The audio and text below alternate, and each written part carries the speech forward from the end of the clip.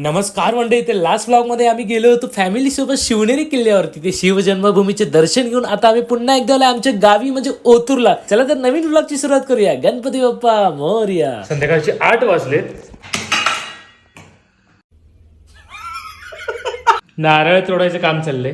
काय मग आजचा प्लॅन काय आहे? आता पिठलं भात बनवलंय. पिठलं भाकरी भात.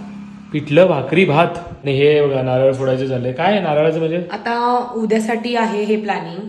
उद्या आहे इडली आणि चटणीचा बेत. मीच सांगितलं होतं फोर्सफुली करायला. आणि डोसे? डोसे नाही. What?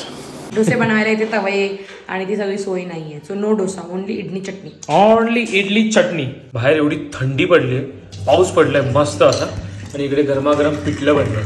मला वाटतं आई थोडी बनवलंय. मी तू बनवलंय? माधुरीने पिठलं बनवलंय. चुलीवरची भाकर मस्त कडक कडक पापड आलाय तो बघा. येस, माधुरीने पिठलं केलंय. आम्ही इथे आणलंय, सगळे एकत्र जेवणार आहेत. हो. सो मामांच्या घरी आलो. बाहेर मस्त हवा सुटली आणि आता आम्ही पिठलं भाकरी सगळे एकत्र खाणार आहेत. काय बोलताय? मस्त कडक कडक कडक कडक खरपूस. खरपूस.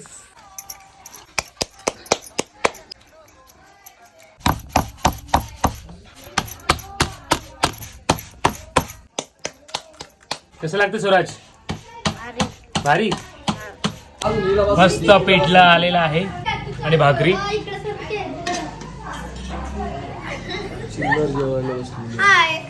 हाय, चिल्लर जेवायला बसलेत. हे बघा आपलं ताट आलेलं आहे. इकडे मस्त पापुद्रे, अशी मस्त भाकरी, अशी बाजरीची भाकरी, इकडे झुणका आणि इकडे खारवडा आणि इकडे खरडा थोडासा मस्त.